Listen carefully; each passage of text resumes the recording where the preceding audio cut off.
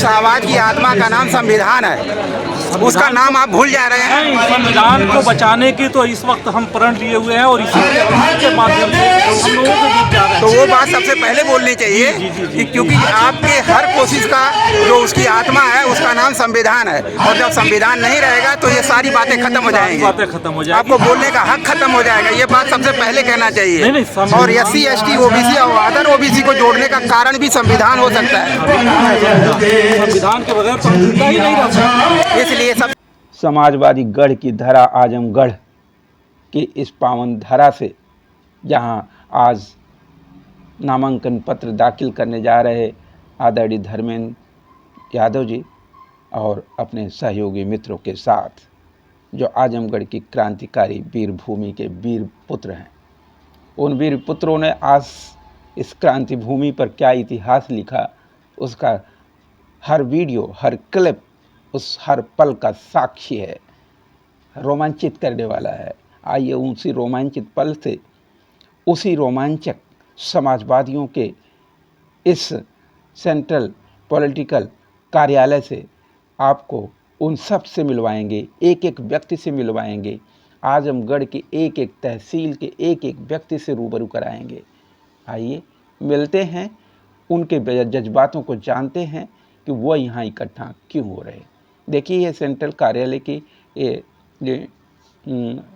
विशेष office VVIP office है, जहाँ हमारी प्रोमिनेंट लीडरशिप बैठती है, डिसीजन लेती है कि अपने इलेक्शन कैंपेन को कैसे आगे करना। जिसे आप अभी देख रहे थे वो कमलेश जी थे, ये आदरणीय माननीय MLC हैं हमारे आजमगढ़ से, दुर्गा प्रसाद यादव के रिलेटिव हैं संभवतः। आप पीछे देखिए दरोगा प्रसाद सरोज जी, जो लालगंज के सांसद प्रत्याशी हैं। अभी धर्मेंद्र जी यहाँ से जा चुके हैं उसके लिए पर्चा दाखिला के लिए। आदरणीय दरोगा प्रसाद सरोज भी निकलने ही वाले हैं पर्चा दाखिला के लिए। देखिए, ये आदरणीय इज्जत यादव जी के बेटे जो बीच में हैं, उनके बगल में कमलेश भाई साहब थे, जो आदरणीय पूर्व मुख्यमंत्री रामनरेश यादव जी के पुत्र थे। ये हमारी देखिए महिला विंग के साथ कुछ पुरुष विंग भी है, और ये प्रोमिनेंट लीडरशिप जो क्षेत्रीय आजमगढ़ कार्यालय के अंदर जो कैंपेन हाउस है, कैंपेन ऑफिस बनाई गई है, सेंट्रल कैंपेन ऑफिस बनाई गई है, उसके अंदर महिलाएं अपने समाजवाद के मुद्दों पर विचार विमर्श करने के लिए उत्सुक हैं। हमारी प्रोमिनेंट लीडरशिप अब आगे की तरफ बढ़ रही है। देखिए, विश्वकर्मा जी हैं, आदरणीय नंदकिशोर यादव जी हैं, जो इज्जत यादव जी के बेटे हैं। क्या उसके लिए नामांकन के लिए संभवतः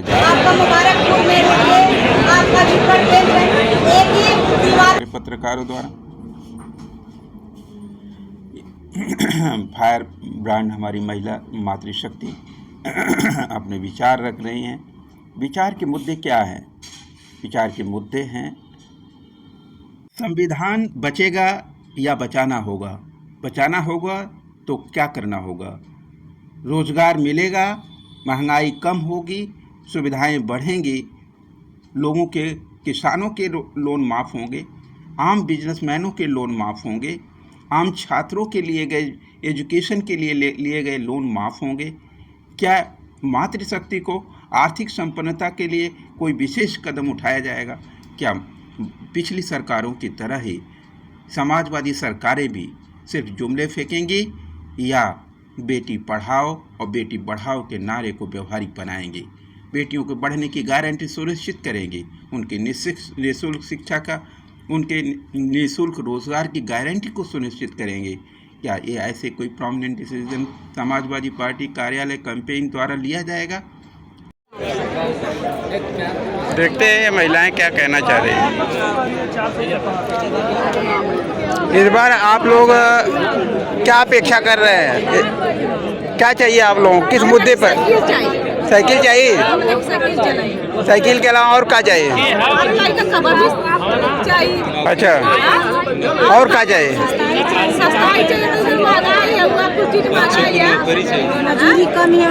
आप क्या सोचती हैं? आपको क्यों वोट मतलब किसको वोट देना चाहती है और क्यों देना चाहती है? क्या मुद्दा है आपके वोट देने का? बोला अब आप देखिए किस लिए वोट देना चाहती हैं? साइकिल पर। काहे देना चाहती हैं साइकिल पर? साइकिल पर काहे? थोड़ा सा इधर। मोदी इतना महंगाई कर देले। अच्छा। बेहिसाब कर देले। मोदी के हटावे के, अखिलेश भैया के जितावे के। अच्छा। हाँ। तो सिर्फ महंगाई है या कुछ और भी? अरे एकदम गरीबी लिया देले हम। हाँ, बेरोजगार। पढ़ाई लिखाई नौकरी चाकरी कुल डिस्टर्ब कर ले हम। ना मिला कि पढ़ लिख के लड़का घूम सकत हम। आप क्या सोचती हैं? आप क्यों वोट देना चाहती हैं सपा को या साइकिल को? यहाँ पे हैं तो मतलब साइकिल को देना चाहती हैं, तो क्यों देना चाहती हैं? कुछ मुद्दा तो होगा आपके मन में। तो ठीक है, जो आपके मन में अपनी बात कहिए, दूसरे के मन में क्या है वो तो वो कहेंगे। नहीं, साइकिल पर वोट देना है। आप तभी समाजवादी पार्टी कार्यालय के अंदर हैं, तो आप क्यों देना चाहती हैं समाजवादी पार्टी को? किस वजह से देना चाहती हैं? देश भी जानना चाहता है ना कि आजमगढ़ के लोग समाजवादी को क्यों लाइक करते हैं, उसका कारण पता होना चाहिए देश को।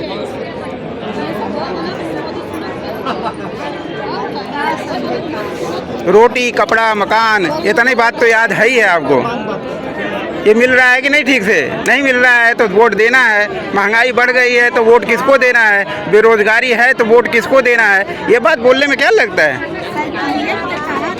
हाँ, देखिए ये जनता जो है बोल नहीं पाती है, लेकिन उसके मन में जो दर्द है उसको दर्द को लेके यहाँ पहुँच चुकी है। आप सबका क्या, आप लोग रोटी कपड़ा मकान, बेरोजगारी महंगाई, मोदी जी से कुछ नहीं मिला? ये देखिए, 7 परिवार 10 परिवार रहते हैं। हाँ।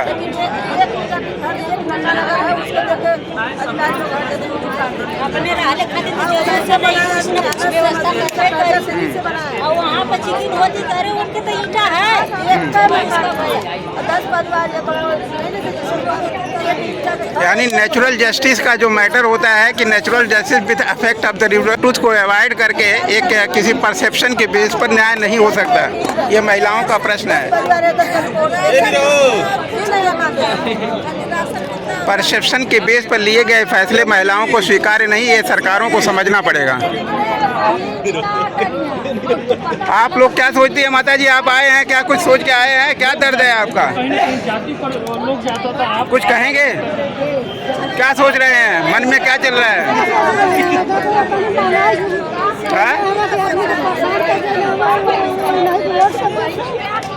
कौन परेशान किया?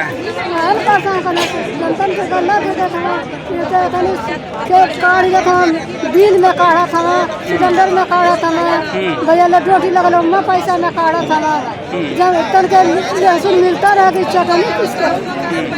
देखिए ये दर्द है, सिलेंडर का दर्द माताओं को है, बच्चों को रोजगार नहीं है उसका दर्द है, महंगाई का दर्द है।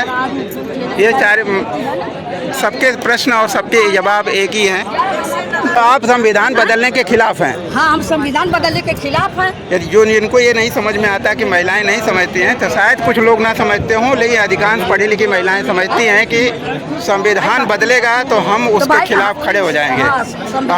चीन कब्जा कर रहा है, इधर से पाकिस्तान उधर से डेरा मार रहा है, पुलवामा हमला इन्हीं के शासन में हो रहा है, मणिपुर कांड इन्हीं के शासन में हो रहा है, लखीमपुर खीरी कांड।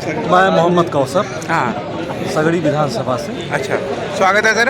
आप क्या समझते हैं समाजवादी पार्टी को क्यों जीतना चाहिए? समाजवादी पार्टी को इसलिए जीतना चाहिए कि ये गरीबों कमजोरों की आवाज़, नौजवानों की आवाज़ है, और अगर इस आवाज़ अगर लोगों ने जिस तरीके से कोशिश की है, जो बल दे रहे हैं, तो ये आवाज़ हमारी तक आएगी। मुलायम सिंह की ये गर्मी बन रही है, मुलायम सिंह का सबूत, मुलायम सिंह के एक फर्मा बरदार बंदे को यहाँ टिकट मिला है, और हम चाह रहे हैं कि हम उनको भारी मतों से भेज करके अपनी आवाज़ को, सगड़ी की आवाज़ को, आजमगढ़ की लोकसभा की आवाज़, दिल्ली के गलियारों में अपनी आवाज़ पहुँचाने के लिए। ये बात तो ठीक है, वो जीतने के बाद वो झंडा उठा लेंगे और झंडा गाड़ भी देंगे, लेकिन झंडा उठने और झंडा गाड़ने के बीच से पहले SC OBC माइनॉरिटी के साथ साथ अदर OBC जो आपसे अलग रहता है, क्या उसको जोड़ने का कारण है आपके पास? जी, बहुत कारण है। कैसे जोड़ेंगे आप? कौन सा फेविक्विक है? फेविक्विक हमारे पास ये है कि जो सरकार जो इस वक्त जो सरकार चल रही है वो सिर्फ 21% लोगों की सरकार है। सिर्फ जो पूंजीपतियों की सरकार है, गरीबों की आवाज़ में, चाहे वो SC हो, ST हो, OBC हो, माइनॉरिटी हो, ये सारे लोगों की आवाज़ इंडिया गठबंधन है और हम सारे लोग इंडिया गठबंधन की आवाज़ करके जा रहे हैं और उनकी आवाज़ों को महसूस कर रहे हैं। वही बात आपको उस आवाज़ की आत्मा का नाम संविधान है, उसका नाम आप भूल जा रहे हैं। संविधान को बचाने की तो इस वक्त हम प्रण लिए हुए हैं और इसी के माध्यम से हम लोगों को जीत जा रहे हैं। तो वो बात सबसे पहले बोलनी चाहिए कि क्योंकि आपके हर कोशिश का जो उसकी आत्मा है उसका नाम संविधान है, और जब संविधान नहीं रहेगा तो ये सारी बातें खत्म हो जाएंगी, आपको बोलने का हक खत्म हो जाएगा। ये बात सबसे पहले कहना चाहिए। और SC ST OBC और अदर OBC को जोड़ने का कारण भी संविधान हो सकता है, संविधान के बगैर ही नहीं रह सकता। इसलिए सबसे पहले आपको संविधान बताना चाहिए कि संविधान की आवश्यकता क्या है, और वो हर घर तक पहुँचाएंगे कैसे। हर तक संविधान में तो जो संविधान को बदलने का जो प्रोग्राम है जो लीक आउट हुआ है उससे एक बेचैनी महसूस हुई है, लोग जागरूक हुए हैं और संविधान को पढ़ना सुनना जानना चाह रहे हैं। हो सकता है कि पढ़े लिखे लोग अपने घरों में संविधान की किताबें रखें और लोगों को चाहिए अपने घरों में हर किताब खोल करके। विधानसभा सगड़ी जयराम पटेल। अच्छा बताएं सर, आप इनका हिसाब से समाजवादी पार्टी ऐसा कौन सी काम करने जा रहा है जिससे कि SC ST OBC माइनॉरिटी सारे जुड़ जाएंगे? आप पहले जहाँ आप खड़े हैं जी जिले में, इस जिले में समाजवादी पार्टी के अलावा कोई कुछ काम नहीं था। अच्छा कारण क्या है? कारण क्या है? समाजवादी गढ़ है। जब हमारी सरकार गढ़ क्यों है? क्यों गढ़ है?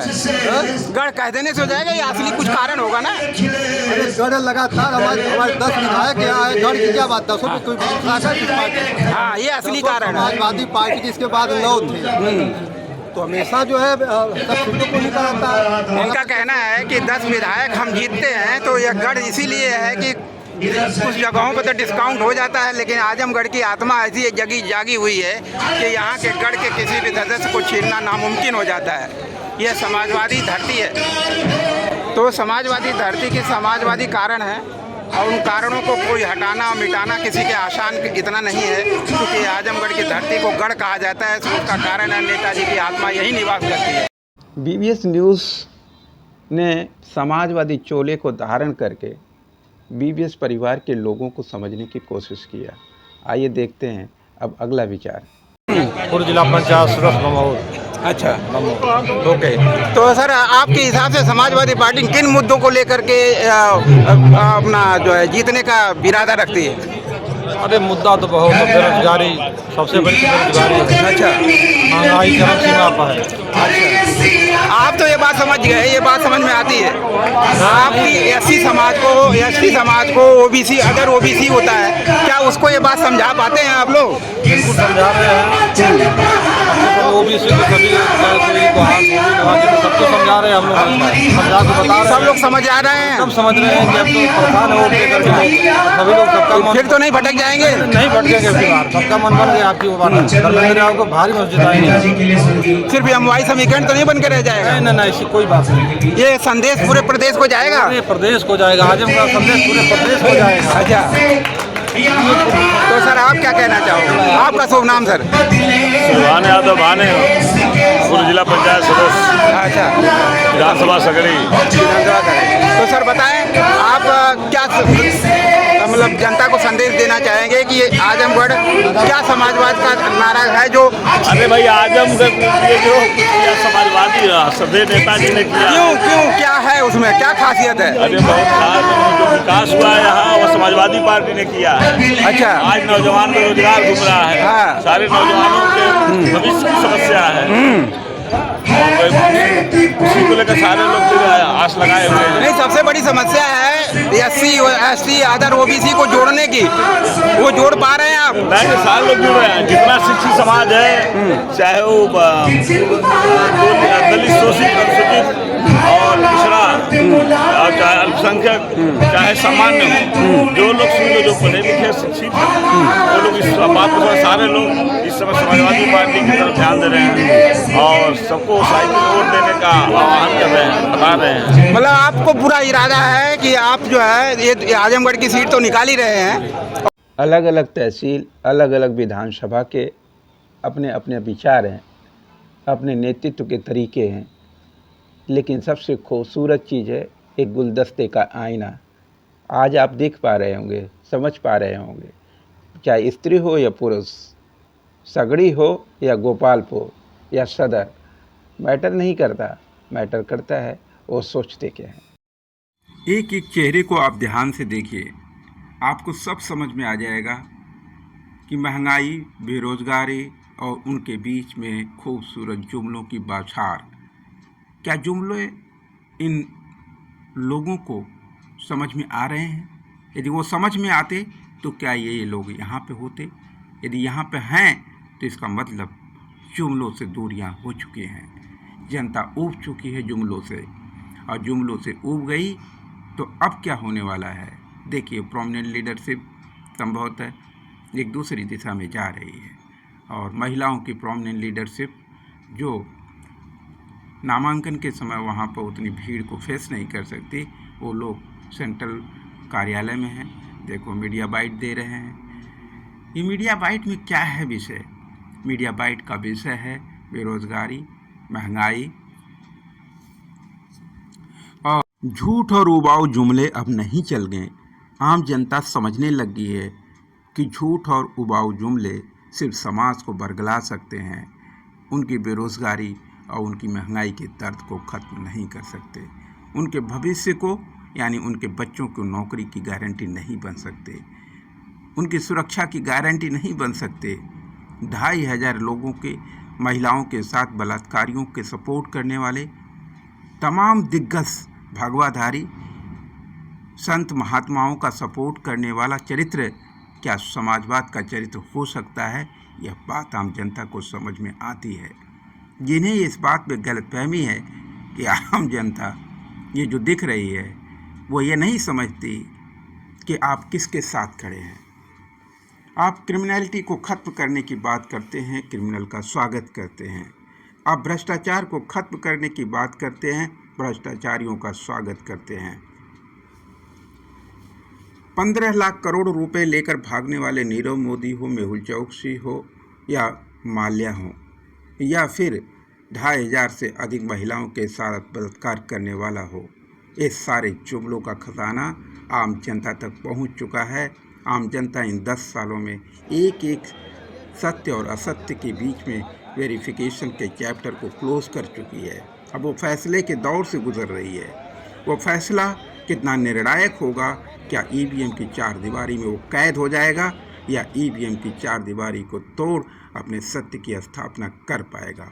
बहुमत के अपार जनसमूह के बीच में ईवीएम की चाहत भी खत्म हो जाएगी और सत्य स्थापित हो जाएगा।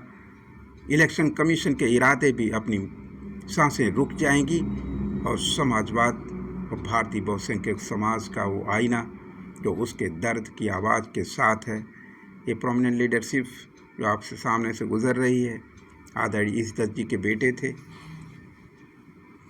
यह महिलाओं का विंग, समाजवादी महिलाओं का विंग, जो गांव-गांव, गली-गली, मोहल्लों में जा कर के तमाम माताओं और बहनों को इंस्पायर करती हैं, उनको बताती हैं कि संविधान के क्या मायने हैं, उनको बताने की कोशिश करती हैं कि संविधान नहीं रहेगा तो फिर क्या होगा, संविधान होगा तो फिर क्या होगा। संविधान है तो तुम्हें बोलने का हक है, तुम्हें कहने का हक है, तुम्हें चुनाव करने का हक है, तुम्हें वोट देने का अधिकार है। लेकिन ईवीएम जो आप वोट देते किसी और को हो, जाता किसी और को हो, इलेक्शन कमीशन उस पर अपनी मुहर पर मुहर लगाए जा रहा है। सुप्रीम कोर्ट के आदेश और निर्देशों का पालन किए बगैर असंवैधानिक तरह से किसी सत्ता को स्थापित करने का असंवैधानिक प्रयास, असंवैधानिक चरित्र की स्थापना का द्योतक बन रहा। क्या आम जनता इस बात को नहीं समझ रही? तो आम जनता ने यह डिसाइड कर लिया है कि अब 10,000 5,000 की जीत से काम नहीं चलने वाला। अब जनता बहुसंख्यक समाज के बहुसंख्यक वोटों से अपने बहुसंख्यक लीडर को जिताने का फैसला कर लिया है।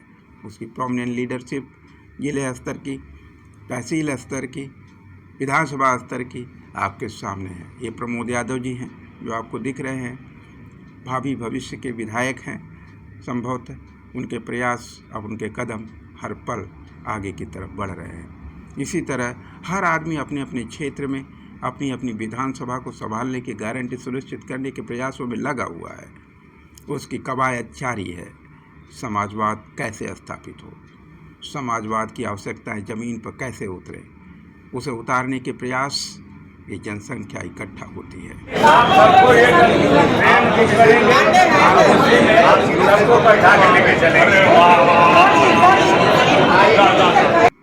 दरोगा प्रसाद सरोज जी बहुत ही सरल, सिंपल, साधारण एवं महत्वाकांक्षी भी है और क्रांतिकारी विचारों वाले भी हैं। देखिए, लोगों से कुछ वादे किए, कुछ इरादे दिखाए और आगे बढ़ लिए अपने अगली दायित्वों की तरफ। इसी तरह हर आदमी एक दूसरे से मिलने, समझने और जानने की कोशिशों में लगा हुआ है। हर व्यक्ति जो यहाँ पर आया है किसी इरादे को लेके आया है, किसी उम्मीदों की झंझट से, जंजाल से, उसका समाधान ढूंढने के प्रयास से यहाँ तक पहुँचा है। जो अपने अंदर नहीं आया वो दूसरों में ढूंढने का प्रयास है। राजनीति इसी को कहते हैं। राजनीति है समाधान का संगम। समाधान के संगम में प्रयासों की आहुति होती है और उस आहुति में परिणाम क्या होगा यह सिर्फ वक्त तय करता है। विचार अपने, परेशानियाँ अपनी, लेकिन समाधान भी अपना ही होता है।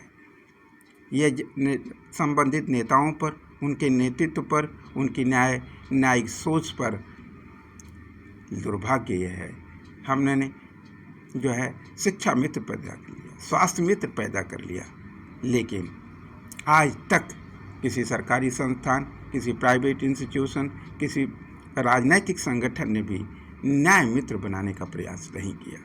आजमगढ़ की धरा पर पहली बार भारतीय बहुसंख्यकों की विविधता में एकता का एक परिवार, भारतीय बहुसंख्यक संयुक्त परिवार, जिसका हर सदस्य कहलाएगा सिर्फ न्याय मित्र, सिर्फ न्याय मित्र, सिर्फ न्याय मित्र।